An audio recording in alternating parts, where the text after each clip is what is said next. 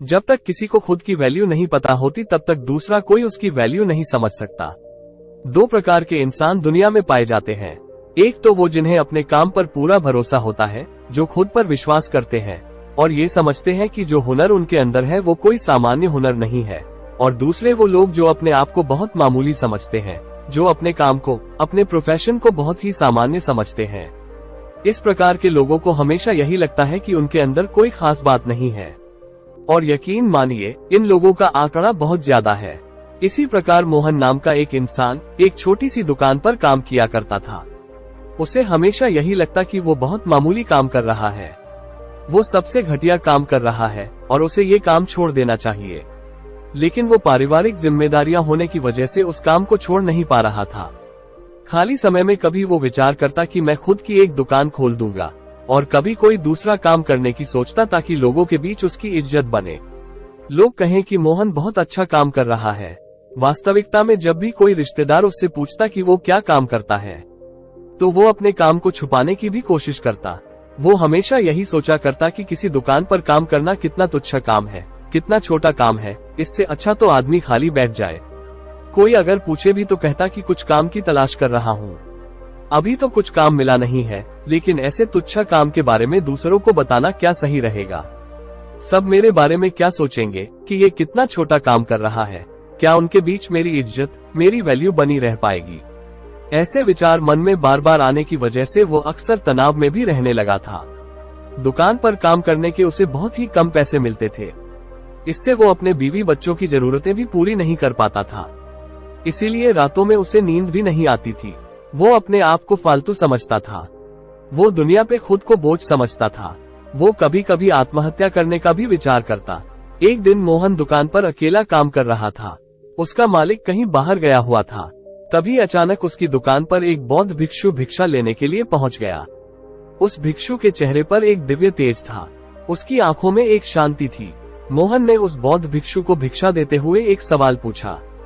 मोहन ने पूछा कि हे भंते, आपकी आंखों में गजब की शांति है, आपके चेहरे पर गजब का तेज है, आपने जिस प्रेम से मुझसे भिक्षा मांगी है, तो उससे स्पष्ट होता है कि आपकी वाणी भी बहुत प्रेमपूर्ण है। लेकिन हर कोई आपकी तरह दयालु और प्रेमपूर्ण नहीं होता।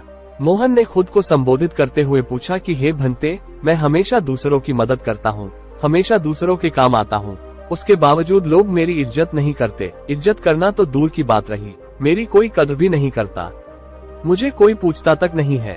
और मुझे ये लगता है कि मैं इस दुकान पर एक बहुत ही तुच्छ काम कर रहा हूँ, जिसकी वजह से लोग मेरी कभी भी इज्जत नहीं करेंगे।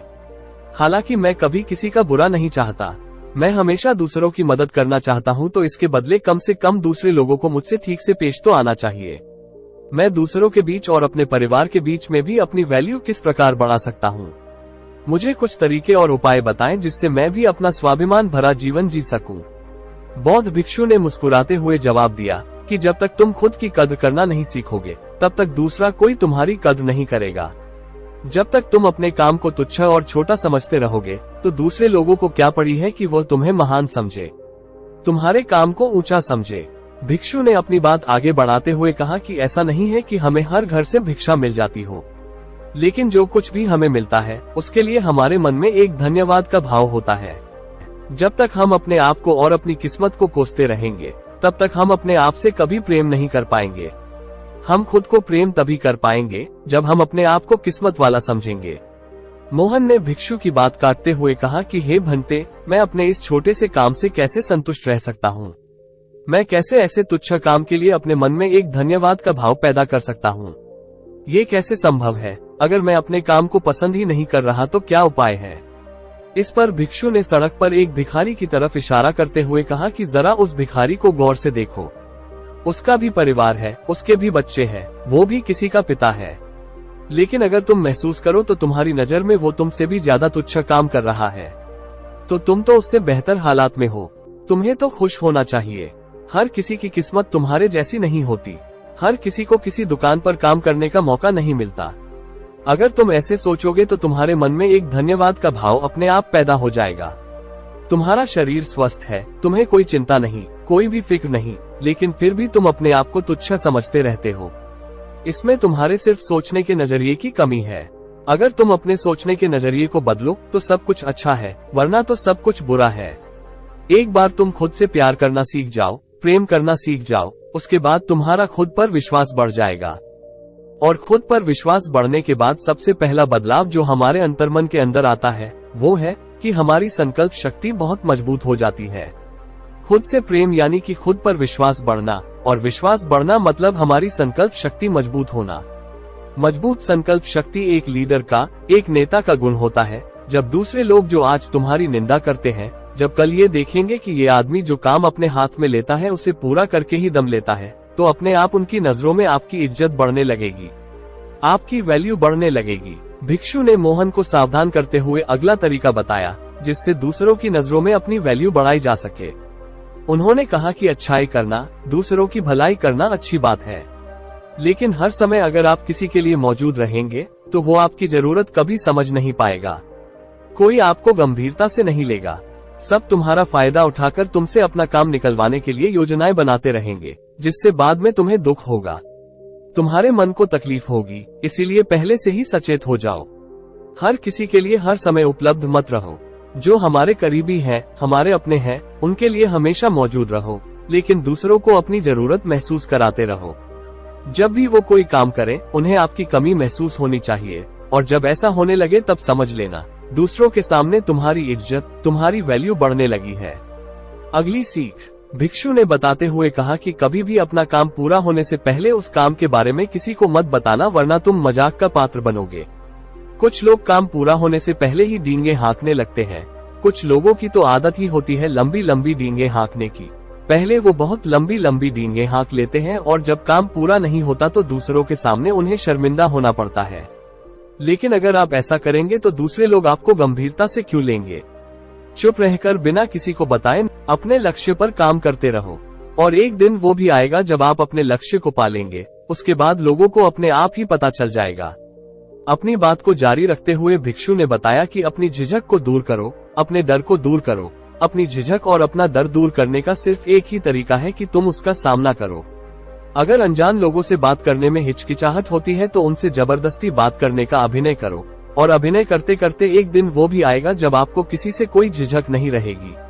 आप किसी भी अनजान आदमी से बेधड़क बात कर पाओगे।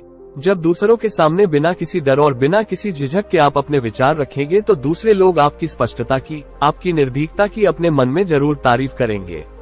भिक्षु ने मोहन को सावधान करते हुए कहा कि याद रखना, घमंड यानी कि अहंकार की तलवार बहुत बारीक होती है। वो कब तुम्हारी गर्दन काटेगी तुम्हें पता भी नहीं चलेगा। जीवन में कुछ उपलब्धियां हासिल कर लेने के बाद कुछ लोगों को अहंकार हो जाता है। हो सकता है वो अहंकार आपको नजर ना आए, लेकिन दूसरों को वो अहंकार महसूस हो जाता है। इसीलिए जब तक आप सामने रहेंगे तो आपकी वजह से वो आपकी इज्जत करेंगे। आपके सामने तो वो आपकी बड़ाई करेंगे, लेकिन आपके पीछे से वो आपको अहंकारी और घमंडी बताने लगेंगे। इसीलिए खुद का निरीक्षण करते रहें।